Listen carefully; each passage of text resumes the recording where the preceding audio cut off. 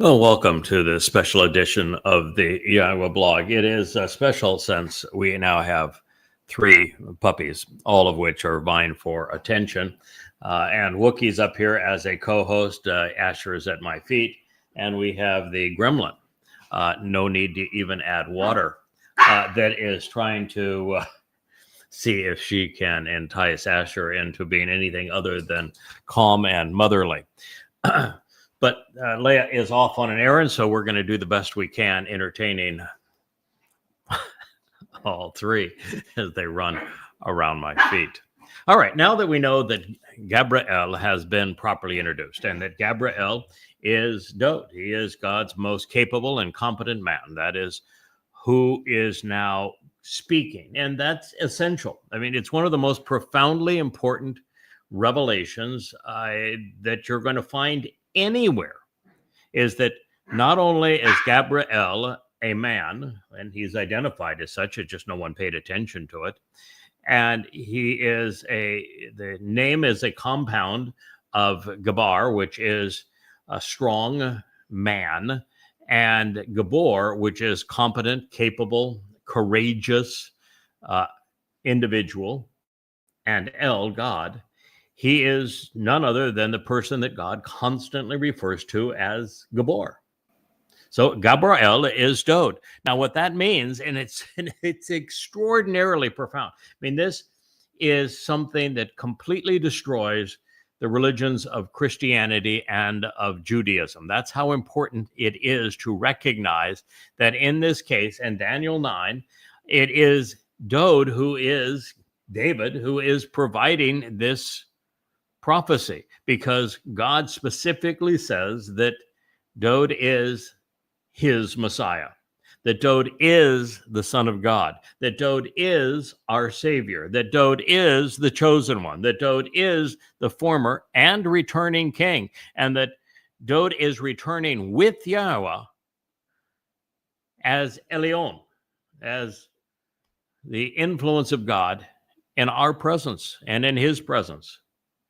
Therefore, the prophecy that follows in Daniel 9 is been given by the man who will fulfill it. Do you have any idea how profoundly important that is? And yet, in the 2,600 years since this prophecy was first revealed, no one, not a single person, ever understood that Gabriel is Dowd David, and that he is the Messiah who is foretelling his own fulfillment of Chag Matzah in year 4000 Yah 33 CE. Don't even hesitate to appreciate how stunningly important that is, because it means there was no Jesus Christ.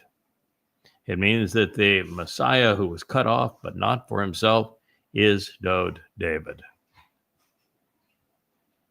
It means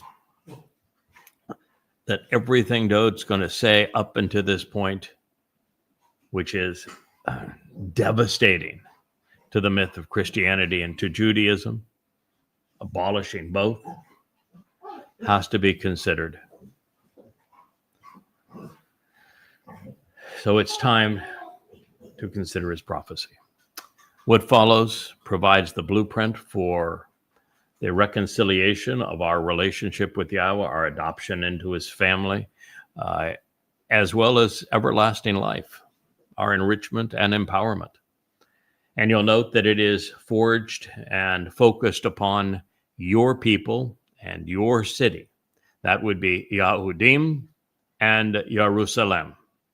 Sorry, Twistians, but this pronouncement does not apply to you, and it does not apply to Judaism.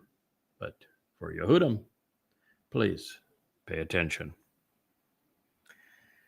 These many promises associated with Shabuah and the Shabat, along with the vows pertaining to the thing, 7 represents even 77s. Shabuaim, Shabim, are determined and decreed. Chat Hak. He has planned, they have been divided out, and they are marked on behalf of your people and the extended family for your kin, and upon your set-apart city and its distinctly uncommon inhabitants, over your special and separated populations that are including those who are separated and distinct and thus not religious, to bring an end to religious rebellion, eliminating the revolting communal defiance and contrarian views, for the abolition and complete purging of revolting opposition, of pervasive transgression, of being at fault, guilty, of being contrarians who have deflected and defected from the relationship, to affix the signature which seals up guilt associated with having missed the way, precluding ever being considered wrong again, to provide reconciliation for religious error, purging the perverse corruptions and twisted perversions, to cover over by atoning, ransoming, annulling distortions, wala kafar, ewon, to arrive and bring that which is eternally right, always correct, forever accurate and honest, and thereby attaining everlasting deliverance and vindication, wala bo sadak olam, to come with ongoing and perpetual justice and deliverance, innocence and prosperity, returning to pursue what is eternally right, to provide a personal seal and signature to revelation, confirming and completing these communications, wala chatam, chazon, wanabi, to confirm and complete the visual communication from God about the future, and to prophecy, to the prophet, while also anointing the Most High, Wala Mashyach, Kodesh, I said Most High, I meant to say most set apart, excuse me, while also anointing the most set apart, Wala Mashyach, Kodesh, to consecrate, dedicate, and prepare, separate, as separate and special, distinctly different and uncommon. Daniel, my God, Judges, Daniel 9:24. I'm going to go back in and highlight some of the insights here, and then we will move on with this statement. It is one of the least understood, the most profound in human history. The very Son of God, our Messiah, Dowd David, the former and returning King, our Savior, the one who wrote of his own crucifixion, which would transpire in 33 CE or 4000 Yah, just prior to him providing the exact date that he would fulfill Chag Matzah, Pesach, Matzah, and Bikurim, is making a statement of all that is going to be accomplished by his sacrifice. This is exceedingly bold. This is the man who is our Savior and our eternal King, a prophet, Dowd, telling us all that is going to be accomplished by the collaboration between he and Yahowah in year 4000 Yah 33 CE. So first of all, he's telling us that Shabuah is going to be a result of what he accomplishes by being set apart, which is the fulfillment of Chag Matzah, the very thing that makes it possible for all the other things that are said in this statement to occur is the fulfillment of Matzah. So Shabuah happens because of Chag Matzah. of the many promises associated with Shabuah is also the very next Mowed and Miqraey to be fulfilled. Not only is Shabuah a Bekurim harvest, meaning that it is a result of what Dowd has achieved on Pesach, Matzah, and Bekurim in 33 CE, or 4,000 Yah. Shabuah is the beginning of the time of Israel's troubles. It begins in 7 months from now.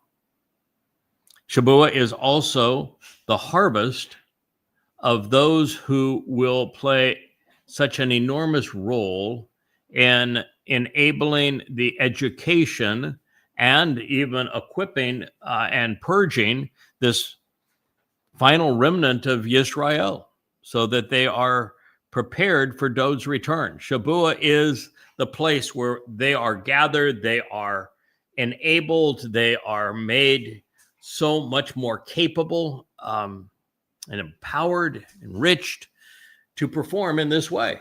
It happens on Shabuah, and the fulfillment of Shabuah from a harvest point of view, so that God's people are empowered and enabled to return and accomplish this work, will occur on Shabuah, the 11th of June, 2027, while the time of Yaakov's troubles begins on Shabuah, and 2026, which is May 22nd of that year, both on a Shabbat, which is what this says. Promises associated with Shabuah and the Shabbat. They are enabled by what Dowd is going to accomplish. Along with the vows pertaining to the things, 7 represents God's plan, plays out over 6 + 1 = 7 periods of time. Dowd lived in the midst of that. We were booted out of the garden in year 0 and year 2000. The narrative that explains how we are going to return by way of the covenant is presented along with the dress rehearsal for Passover with Abraham and Yishak. 2,000 years later, we have Dowd himself fulfilling this very prophecy in 33 CE, as he will designate it, that enables our return to the covenant, that provides the benefit of the covenant. And this is something that plays out over these 7,000 years, because 2,000 years from 33 CE is 2033, when Dowd will return with YAHOWAH. That means the rabbis are off by 197 years. They're off so much on everything. That's just one of 10,000 things they're wrong about, including Dowd, including this prophecy, including Gabriel. They're like the rest of the numbskulls that think he is an archangel. So 7 represents, and even 77's part of the timing of this prophecy, are determined and decreed, has been planned out, divided, and marked. God marks these occasions in time. He is intervening on a very specific schedule, and he has determined that schedule. He has divided time into these 3 segments of 40 Yobel, or 2,000 years, followed by 1,000 years here on earth as we live out our return to the garden during Sukkah, the 7th of the 7 Mowed Miqraey. On behalf of your people and extended family, this is to honor a promise that God made to Abraham. Had God not made that promise to Abraham, we wouldn't be here.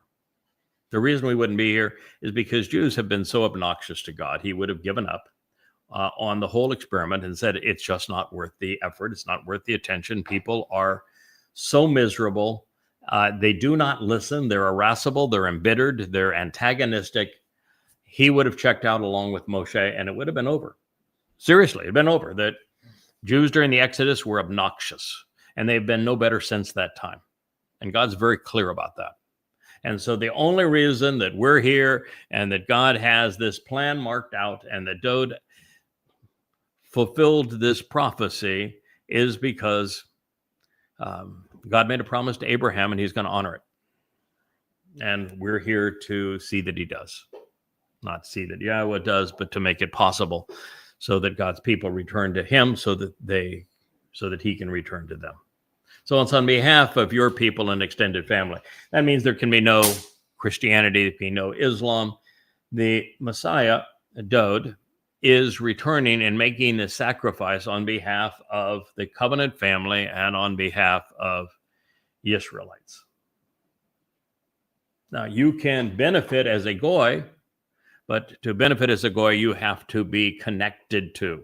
You have to be integrated with. You have to be committed to the restoration of Israel. Because this is for God's people, Yehudim, and his extended family, Israelites. And upon your set-apart city and its distinctly uncommon inhabitants. So it's not only all going to take place in Jerusalem. Jerusalem means the source of reconciliation, of guidance regarding reconciliation. It's actually based upon the verb that defines Torah itself, yara. And yara is the basis of Torah. So it's a source of guidance and instructions regarding reconciliation. Shalom, Jerusalem, shalom means to reconcile a relationship so that there's peace within that family. Now, set apart, this is Kodesh. Kodesh means literally to be uncommon, to be distinct. Since the most common things in human history are religion, it means to be non-religious. It means since the family of man and his politics and his culture are the most common things also in our society, it means not to be part of that. It means to be separate from the family of man, separate from and distinct from political influences, and to be anti-religious. And there is a city, which is the one that God set apart from all others, for this group who is set apart unto him and away from human influences to benefit. This is going to take place twice in Jerusalem. First, Dowd himself added Jerusalem to Yisrael. It's the city of Dowd. So it fits the prophecy perfectly, does it not? And of course, Jerusalem is the place where Dowd returned to his city to fulfill Pesach, Matzah, and Bakodim.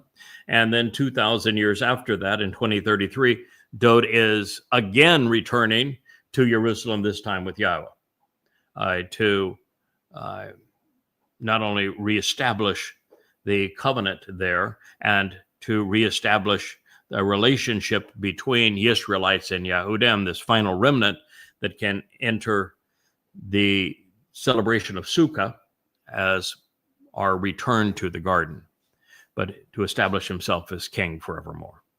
Actually, it's Yahowah who establishes his son, Dowd, as king forevermore.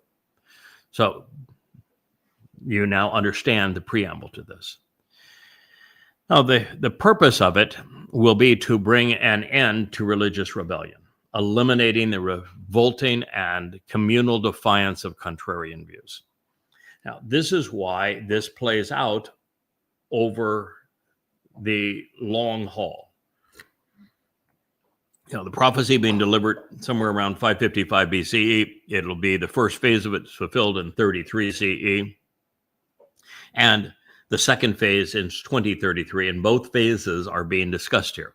Because while Dowd's willingness after his body fulfilled Passover, opening the doorway to life, and his body then was extinguished that night, so there can't be any bodily resurrection. It's totally absurd in this. Asher, please. Asher. She's biting her nails. I don't blame her with all that's going on, but excuse me. I have to get her attention. So Dowd's sacrifice, his Bashar body fulfilling Passover, and then his soul, Nefesh, carrying our guilt with him into Sheol on Matzah to perfect us, to remove our guilt, which is what this will be saying and accomplish. Enabling us to be part of the covenant family on Bekurim with Bekor, Yahweh's firstborn, his Bekor, son, enabling the process for the rest of us to become part of God's family on Bekurim, firstborn children. That individually expunges our souls of anything we have done in the past that might be considered religious or political, and that is the guilt associated with it. But this brings a complete end to it. Well, that brings an end to it for the individuals who accept what Dowd has accomplished through Yahowah. But it doesn't totally eliminate it from the planet. That does not occur until Towrah, 2,000 years later. But Dowd in this prophecy speaks of both of these events and alludes to the timing of both. And so it is on Towrah that God completely expunges religion and communal defiance and contrarian views. They are completely eliminated. And they're eliminated in two ways on Towrah. First, Yahowah dispatches 4 chariots. The red one stays in Jerusalem. That is for the Adamah Parah, this bloody red man of the earth, who is a productive bull. And he is the sacrifice. There's a black chariot that picks up all of the Jews who have remained religious and defiant and contrarian. So anybody practicing Judaism, anyone who is a very secular, Marxist, progressive Jew, being defiant in their politics, they're all put in the black chariot. They're taken off to Sheol. Then there is a white chariot that brings everyone who has done nothing worse than what God would consider a mistake by omission rather than commission. They will have been stained by the stigma of Judaism or religion. They will not ever have promoted it, though. They will have been stigmatized by politics, but they will not be political advocates. They're not going to define themselves as either. And those individuals around the world, this white chariot picks up. They bring them to Jerusalem. And at that time in Jerusalem, they are purged of all of their religiosity, completely eliminated by the sacrifice of the Adamah Parah on Towrah. So that is a really important factor. And there's also a time for Goyim. They're not going to have the same role. They're the workers in the millennial Shabat, but ideal conditions. So this is actually a favorable circumstance for them. They will also be purged so that they can witness Yahweh's return with Dowd and be allowed to enter the millennial Shabat and provide their services based on having the proper attitude and aptitude prior to that moment. Those are the 4 chariots. The last chariot is called the dappled chariot that picks up the Goyim. All right, so at this point, God has done 2 things. One is this mortal remnant of Yisraelites and appropriate numbers of Goyim who have been brought into Jerusalem are purged of all of their religiosity so that it does not exist anymore.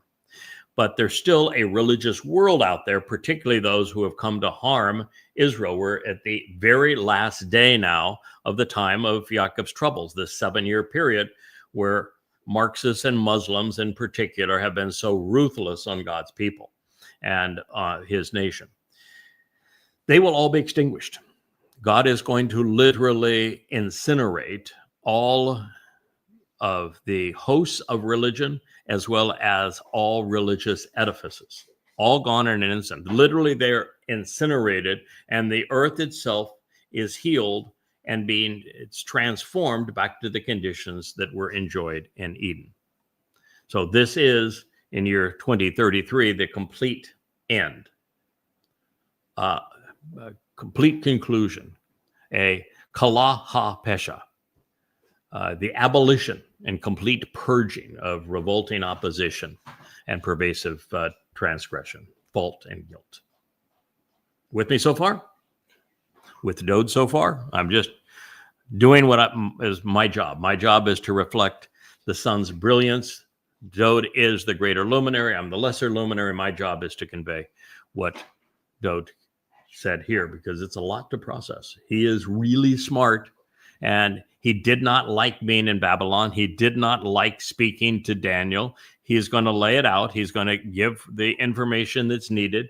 He was exceedingly concise as well as totally pervasive, and therefore he knew that what he was saying would not be understood by anyone until such time as his herald was given the opportunity to evaluate it and convey it to you at the proper time so that you can capitalize upon it. Because up to this time, no one has capitalized upon it, and you now are given that opportunity. So this is really an important time for you to listen. So the next thing he says is to affix the signature, which seals up the guilt associated with having missed the way, precluding ever being wrong again. Voila, chatam, chata oath, to affirm the authenticity of that which constrains and prevents anything associated with going astray. Again, twofold fulfillment. Dowd volunteered to fulfill Pesach, Matzah, and Bakodim. Pesach opens the doorway to life. That's not what's being discussed here. Matzah, which is the next day, is the time when our souls are unleavened. The fungus of yeast representing political and religious guilt, conspiratorial guilt as well, any contrarian view to Yahweh's teaching, his intent, his people, would be included in this, that on Matzah, those who have accepted the 5 terms and conditions of the covenant and who are attending Matzah correctly and who recognize the purpose of Matzah and how it was fulfilled can have all of their guilt, religious and political, completely expunged, taken away, deposited in Sheol, never to be seen again. Under this basis, God doesn't have to forgive anyone. Those who have accepted what Dowd has offered and Yahweh has enabled on Matzah, purging us of our guilt, are now perfect in God's eyes. We are not guilty. So since we have no guilt associated with our souls, we look ideal. We look perfect in God's eyes. It's the best plan of all, because we don't have the burden of guilt, wondering, oh boy, I hope God chooses to forgive me. We don't have the stigma of guilt, so that when we're working with God, we have to cower or be humbled in his presence because we're so inferior to him. No, that's the beauty of this, is that God has taken anything that would cause us to be uncomfortable in his presence away. This is, it goes right back to the Gan Eden situation, where they were naked and not ashamed, because they were very comfortable being in God's presence, because they had no guilt of religiosity or politics associated with them, because these things were not existent in the garden. And the same thing is true with everyone who has benefited from what Dowd achieved by fulfilling Matzah. Now, if you are a practitioner of Judaism, you know nothing of this, because there is no celebration of Matzah in Judaism. They go and make Pesach a 7-day holiday, when in fact, Pesach is simply the first day of Matzah, and the essential Kodesh, set-apart day, is Matzah, of which Pesach is just the first day. And it's on that day that we are purged of all of our guilt, so we look perfect in God's eyes. Therefore, when I do a program like this, Yahweh is able not only to have his 7 spirits fill me and enable this message to you, but I look ideal in his eyes. He can work right through me, because all that is there of me now is the parts that are good, the parts that are useful. It causes me and those who share what I have learned and capitalized upon it, accepted it, to feel so very comfortable being exposed to Yahweh and being in his presence and sharing his message. This is what we do. And so That is the first phase. Those fulfilled matzah by taking our guilt into Sheol to deposit it there, never to be seen again.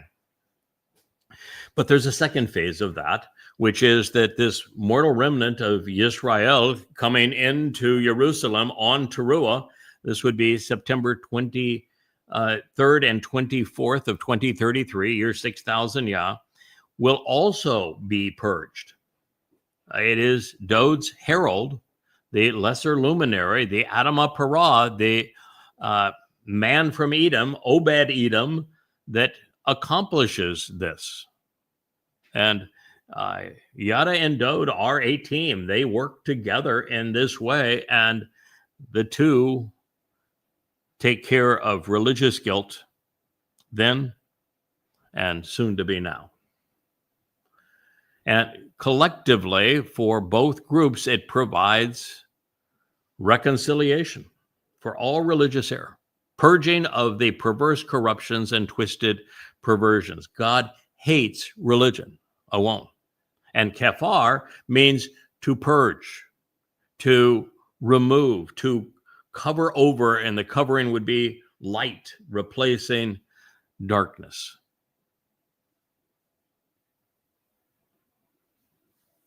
That's the message.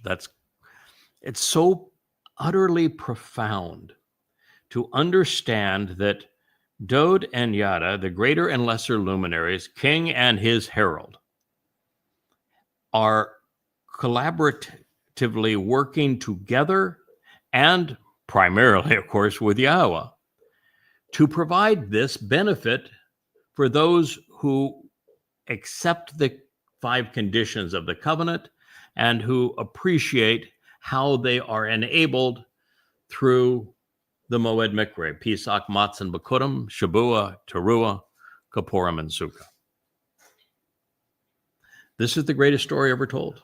Yeah. And right now it is being conveyed to you 2,600 years ago by the man who would fulfill the first 3 Mowed Miqraey, Pesach, Matzah, and Bikurim, as explained to you by the man who will fulfill the next 2 on behalf of the final 2, Shabua and Teruah, so that Dowd and YAHOWAH can return as king and God on Kippurim, and we can re-enter Eden, purged of guilt, on Sukkah.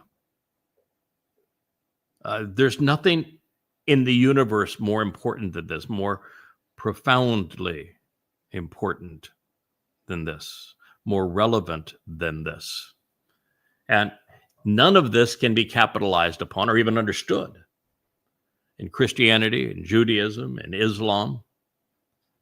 It is only available to those who have returned to YAHOWAH, know and accept his name, YAHOWAH, know and love and respect his beloved son, Dowd, who has been corrupted to David, appreciate the conditions of the Bereth covenant, and answer the invitations to attend the Mowed Miqraey in the appropriate way.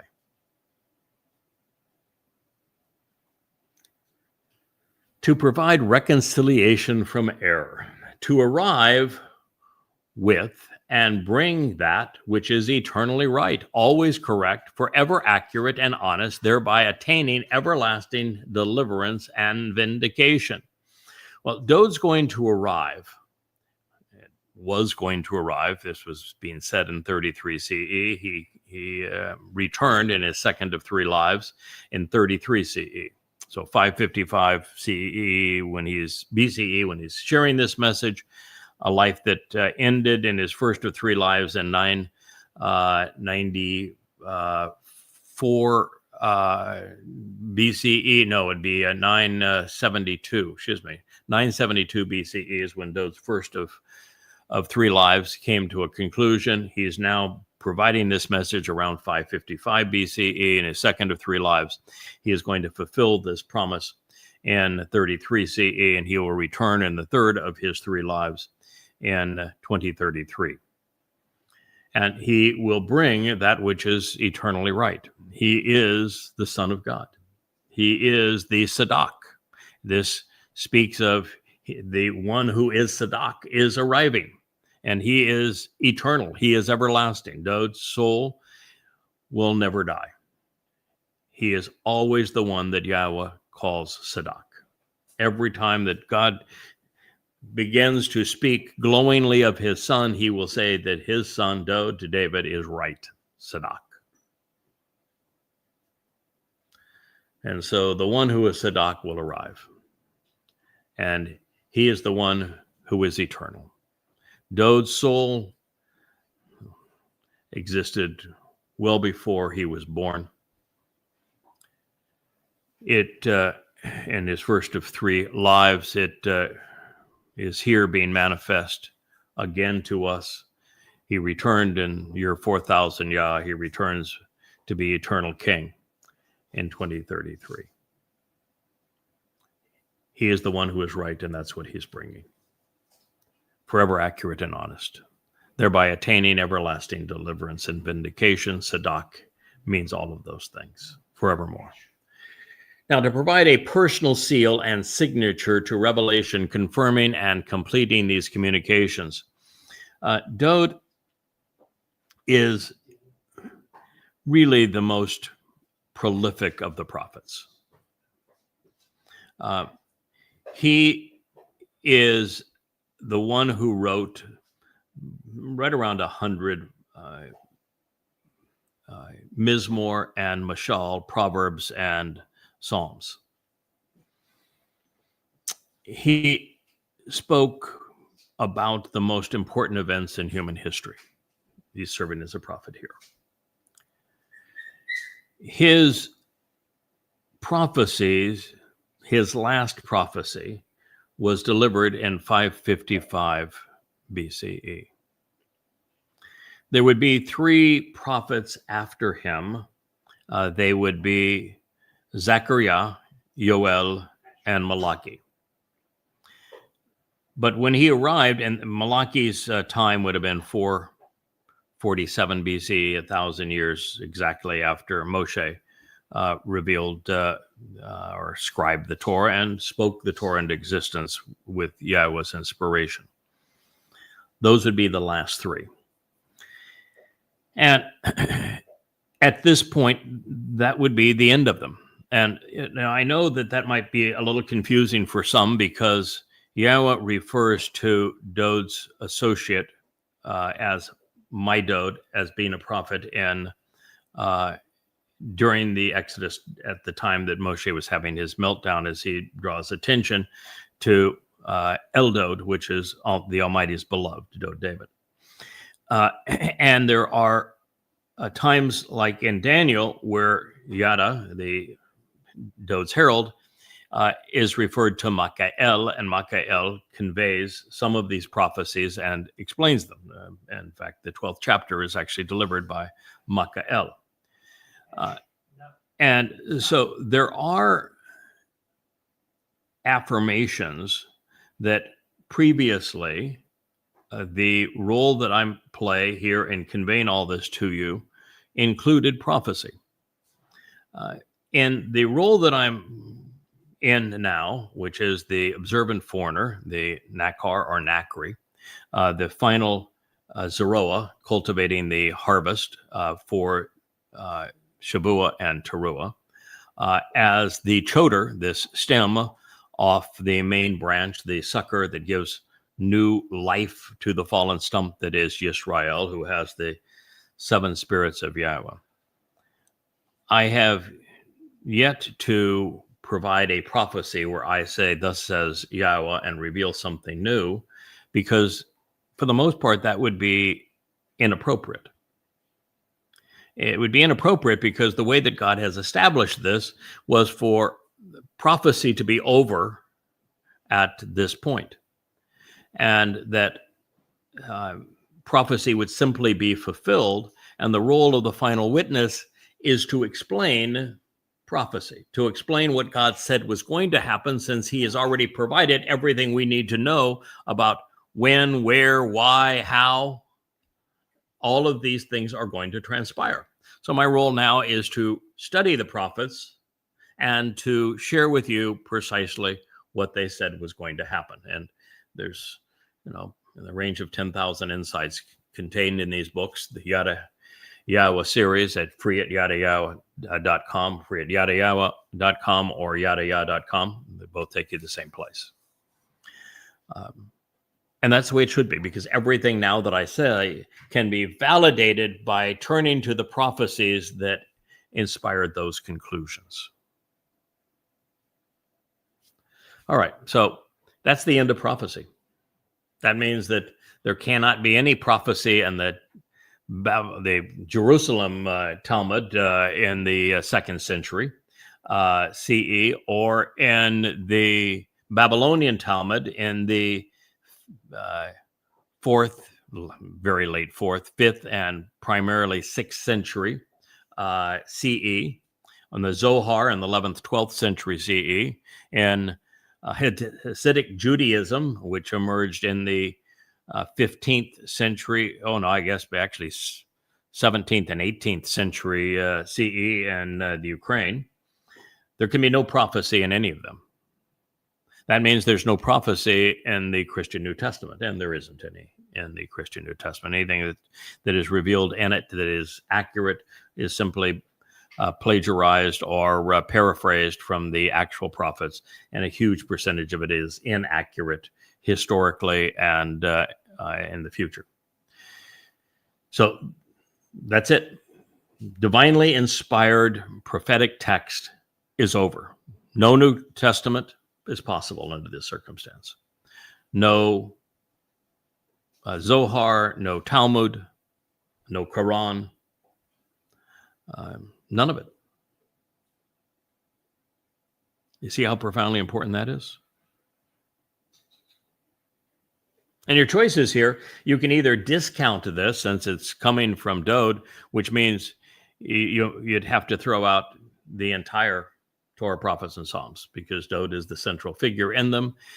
And if Dowd isn't right, if he isn't, as this says, Sadak, if Dowd isn't a prophet when speaking of what he himself is going to do and the fulfillment of the Mowed Miqraey, then we have no insights as to who God is or anything in terms of relating to him, being saved by him, if you will.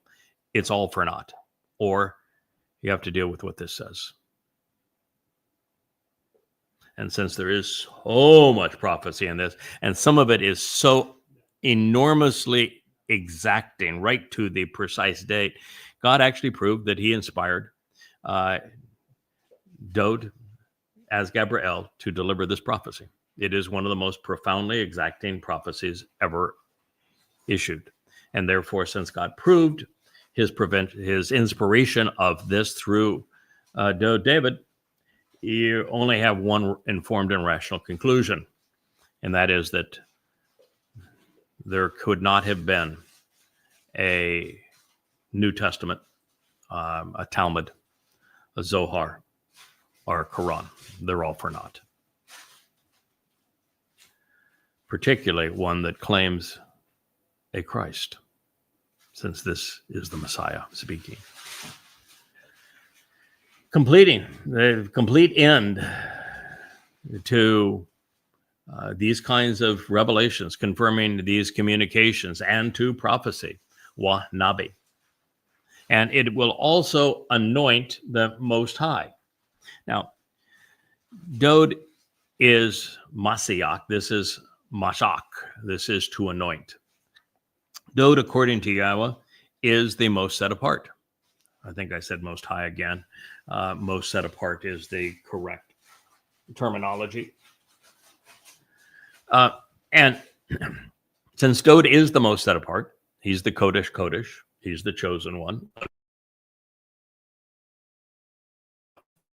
for you. It's undeniable. And in the 89th Mizmor, Yahweh even says that he anointed Dowd with his own set apart oil. So this is something that is impossible to... hey! Excuse me.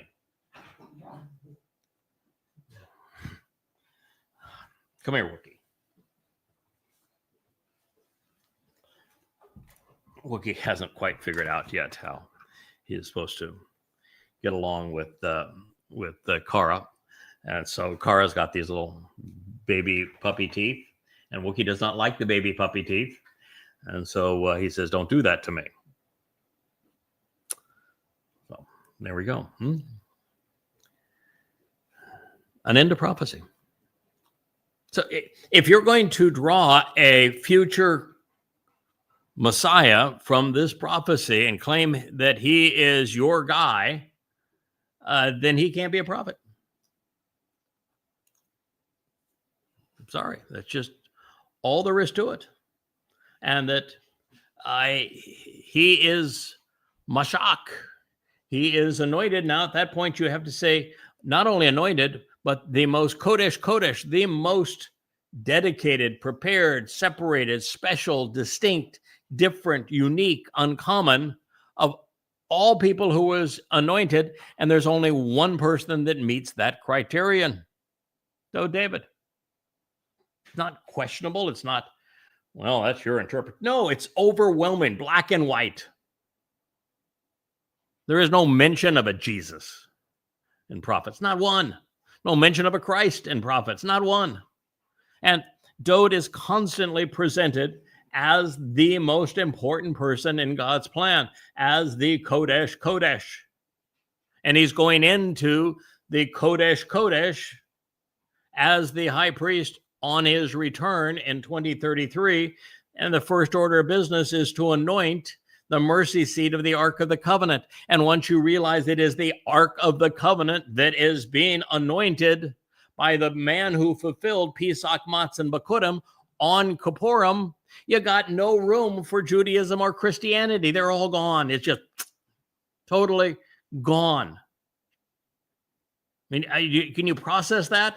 Christianity has Matzah being do-nothing day, when it's the day that Dowd took our guilt into Sheol, the day that he fulfilled this very prophecy. And in Christianity, he's napping in the tomb because, well, the Christian God is no bigger than a man and no more powerful than men either because, well, according to Christianity, men killed their God. And he was just snoozing away on the Shabbat of Matzah, when in fact, this is the time that Dowd took our guilt into Sheol to perfect us. So it's just over. There's zero possibility you can have this prophecy in Christianity, and without this prophecy, there is no Christianity because there's no basis for a Christ.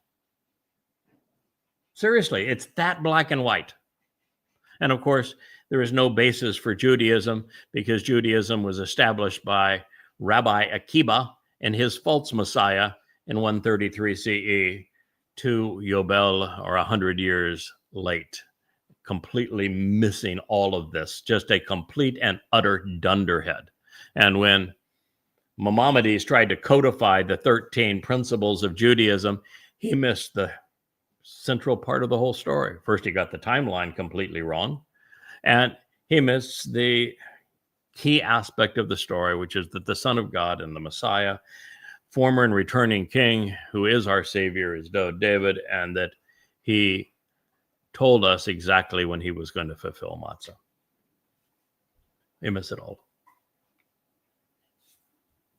So this is Dowd's story.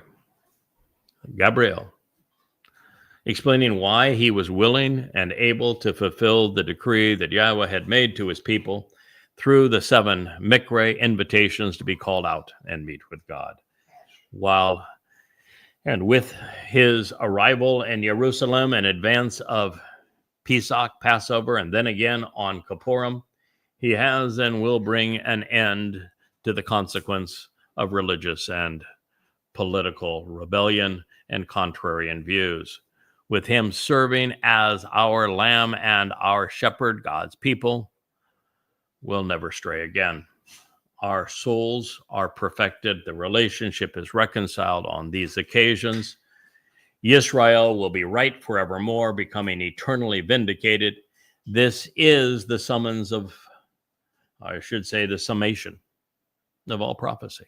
This is the fruition of God's promises. They begin and they conclude with Dowd, particularly as he anoints the mercy seat of the Ark of the Covenant. the Kipporeth, on the Kodesh Kodesh of God's home on Yom Kippurim, such that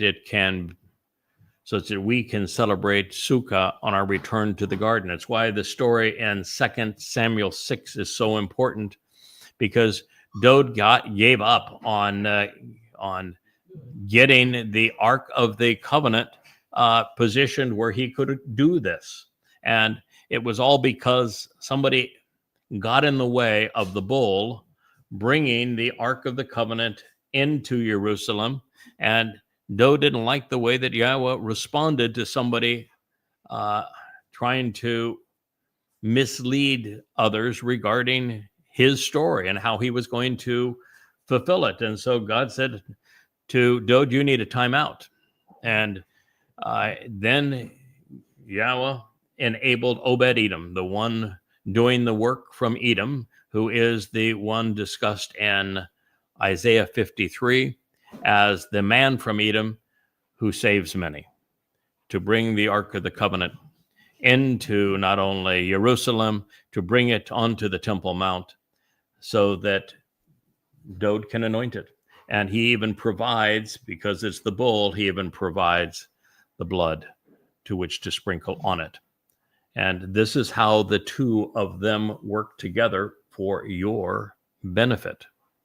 They're already perfected and they're already in God's company. They both have spent time in Shamayim. They are both extolled by Yahweh. They're doing this for you, not for them. They're doing it for you. Capitalize upon it. Now, this pronouncement pertains to the Shabbat and to the promises associated with Shabuah. It is for Daniel's people and extended family, and thus for Jews. And correctly stated, Yahudem, those who are beloved by Yah and his city. Even the name Yahud is a compound of Yahweh's name and Dowd's name, meaning Yah's beloved, his city of Dowd. So since this is all designed to eliminate guilt, one would be foolish to believe that any of this pertained to a Gentile religion, which was vehemently opposed to all of this, including the fulfillment of Pesach, Matzah, and Bikurim, as well as Dowd's return on Kippurim, because of what is achieved on Teruah, so that we can re-enter Eden on Sukkah. There's no possibility that any of that fits with the Christian narrative or with the prediction of a Christian Christ. You can't process this and remain a Christian. And without this, there's no basis for Christ. The reason that I included but did not lead with the customary 77s rendering of Shabuam, which is from Shabuah, plural, and Shibe'em in this context is that we were not given a starting point. And when one is provided in the next statement, the timeline becomes 7 plus 62 weeks. Also, since not 77s, so there's a difference between the timing. And also, since Dowd is the focus of all 7, really, Miqraey, because it's his herald that fulfills 2 of them, enabling his return on the 6th and his kingship on the 7th. We recognize that including the first to be enriched and empowered by Shabuah, this is communicating something that is considerably more important. Now, this insight is fostered by the recognition that Shabuah follows Bikurim, firstborn children, by 7 weeks. It serves to improve the witness of God's family, beginning with Bukor, the firstborn Dowd. As such, Shabuah is a celebration of how his sacrifices during Chag Matzah conceive and benefit the covenant and enable God's children to come home. Further, as the 4th of 7 invitations to be called out and meet, The reference to Shabuah correlates to the fourth millennium of human history, when Dowd enabled it by the fulfillment of Pesach, Matzah, and Bakudim, even though it takes place and is fulfilled 7 years before Dowd returns in year 6000 Yah. And as the middle Miqraey, if you look at the menorah that is spinning over my left shoulder, camera right for you, that middle camera, a candle, that light in the middle represents Shabuah, and it correlates with Dowd's person and position in the midpoint of God's restorative timeline. So with Shabuah focused upon enlightening the minds and enriching the lives of the beneficiaries of Chag Matzah, and with the ingathering of God's family, explaining when, why, and through whom this would occur, understanding its position within God's overall plan is instrumental in appreciating how we got to this place and where we go from here. It is really why you have to have a full understanding of prophecy before you can deal with this one, and it needs to be the last that you explain. Therefore, when we account for the generations from Adam to Abraham, we find that 40 Yobel, or 2,000 years, separate them. Additionally, another 40 Yobel transpire from Abraham's experience on Mount Moriah to Dowd's Passover sacrifice in this exact same place, on Moriah. And that means that a pattern has emerged. 2,000 years after Adam and Chawah's expulsion from Gan Eden, confirmed the covenant in 1968 BCE, another year 2000 Yah, with Abraham and Sarah and Yishak working together for us to understand the narrative of the covenant, we are given the opportunity to come home. Then to provide the resulting rewards, including immortality, perfection, adoption, enrichment, and empowerment, God's attention would return to Moriah, to revere Yah, Moriah, 40 Yobel thereafter, on year 4000 Yah, which is what Dowd is going to be foretelling in this prophecy, which is 33 CE, with his son walking out of the pages of the Torah as Dowd to fulfill Passover, unyeasted bread, and firstborn children, followed by him empowering the ability for us to enjoy the promise of 7 and Shabuah. But that would not be the end of God's story. 40 Yobel later, on the Miqraey of Kippurim in year 6000 Yah, father and son will return to reconcile their relationship with Yisrael and Yehudim, restoring the covenant by integrating the Torah into our lives. 5 days later, we celebrate Sukkah shelters, where we enjoy the final 1,000 years of human history on this planet, camping out with our Heavenly Father, our brother, our King, through year 7,000 Yah, when our job as covenant members will be to educate this mortal remnant of Yisrael who have entered this time.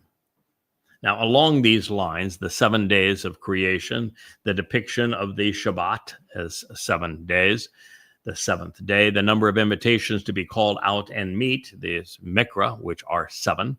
Indeed, the history of humankind estranged from God out of the garden, and then our time back in the garden.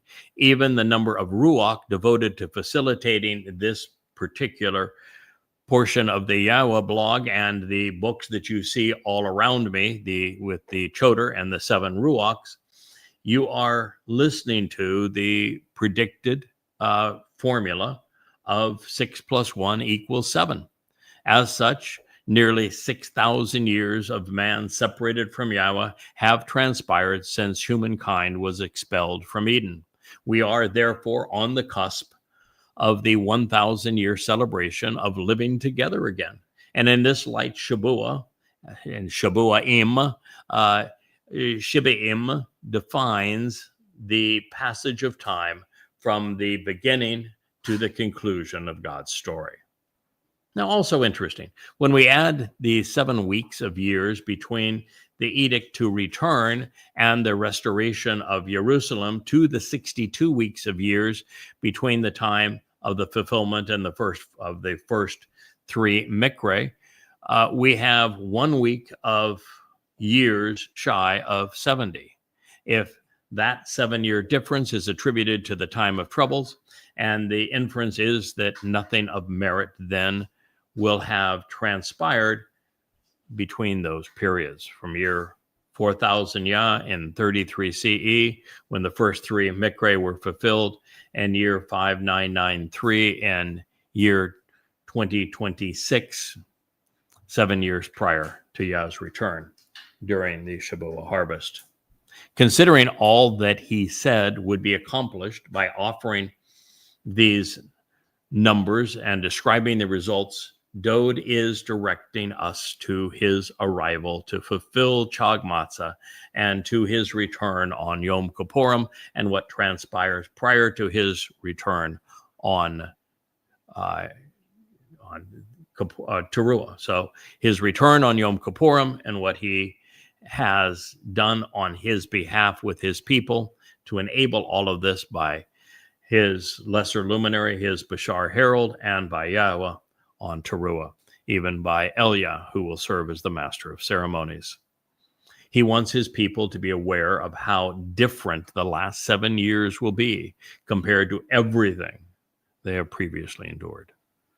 And from this perspective, by providing the date he will fulfill Chag Matzah, and then jumping ahead 1,993 years to the 7 years preceding his return to fulfill Yom Kippurim, he is bypassing the era of the rabbis, bypassing the church age as well. It suggests that they are counter to the objectives which have been delineated or superfluous to them. And this realization precludes the proposition of a different Messiah and of competing testimonials, all being part of God's plan. Now, since Dowd will go on to present the day and year he will arrive to fulfill the Mowed Miqraey of Pesach, Matzah, and Bikurim, there are aspects of these invitations to meet which are germane to the prophecy. By fulfilling Passover, unyeasted bread, in conjunction with it, God's children become immortal and are perfected, thereby forever resolving the consequence of Pesach, Chata'ah, and Awon, while ushering in an Olam celebration of everything which is Sadak, right. Therefore, this statement from Dowd was spoken to unfurl an entire canvas of time and the Torah guidance regarding it. It is God's tapestry from first strand to the final knot. And from the perspective of time, Shabua'im, Shiba'im is 77s, or potentially 70 times 7, or 790 prophetic years. Elsewhere, when Daniel wants to convey a week of 7 days, he spells it out just that way. For example, in Daniel 10:2, we read that he was mourning for 3 weeks of days. It isn't until Dowd's next statement that he pinpoints the exact day in the Yobel year of 4000 Yah, when the first of 4 Mowed Miqraey would be, actually the first of 3 Mowed Miqraey would be, and now have been fulfilled. From there, we can readily deduce Yahowah and Dowd's return on Yom Kippurim in year 6000 Yah to the minute, hour, day, and year. This is the ultimate fulcrum in which time pivots. We can also turn back the clock 40 Yobel from year 4000 Yah to ascertain when the Bereth covenant was narrated between Yahowah, Abraham, Sarah, and Yishak. Another 40 Yobel back in time takes us to the day Adam and Chawah were exiled from the garden, establishing the year Yahowah's 7,000-year calendar began to unfold. Now, of course, it's also interesting to travel back in time to the midpoint between Adam and Abraham, 20 Yobel from each, because we arrive at Noach's birth in advance of the flood. Similarly, by splitting the difference between Abraham and Dowd's sacrifice as the Pesach El, we are directed to the cornerstones that was laid for the home for Yahweh's name, the first temple in 3000 968 BCE. Digging deeper, there are some interesting subtleties associated with Charak, determined and decreed, which we should consider. It is a precise computation of time. God has a plan. It has been marked out for us in the Torah, Nabi. It is and will play out on his schedule on the days that he has determined. This is because time, from Yahweh's perspective, is divided and segmented, with one event separated from the next by an exacting measure. And God is resolute in his resolve to see his plan through. There will be no hesitation, equivocation, or delay. You're either on his schedule or none at all. Also relevant, since the dates of the Mowed are determined every year with Passover, unyeasted bread, and firstborn children celebrated on the 14th, 15th, and 16th day of the first month of Abib, we should expect that Dowd's revelation will lead us directly to Pesach in the fulfillment of Pesach, Matzah, and Bekurim in the Yobel Shana of 4,000 Yah. And as such, God assuredly knows when and where he is going to fulfill his promises. And since he provided us with the means to determine these dates, we are privy to what he knows because he wants us to know it as well. There is no justification or excuse for the random dating of Maimonides. He just flat out missed it. I was too preoccupied with being a big shot in the Islamic world. And he thrust totally ignorant conclusions on an unsuspecting audience who have not wised up in all of this time. So here in the early fall of year 2022, as we approach, and now we have passed Sukkah this year. This is now 2025 that I'm speaking to you at this point. We're in year 5992 Yah. We are just now 8 years remaining, less than 8 years actually, before Yahweh's return with Dowd on Yom Kippurim in year 6000 Yah. Sunset in Jerusalem, 6:22 p.m. local time on October 2nd, 2033. Therefore, the Rambam was wrong on all accounts. Creation occurred 14 to 15 billion years ago, not in 3759 BCE, as he claimed. Further, the expulsion from Gan Eden, demarking year 0, Yah, transpired in 3968 BCE. A new year begins on the 1st of Abib in the spring, not when the Babylonians observed Rosh Hashanah. But since the rabbi was more impressed with his own calculations and genealogies established than the genealogies established in the Torah for this precise purpose, it is his sanctification of the moon scheme that has led Jews astray for over 800 years.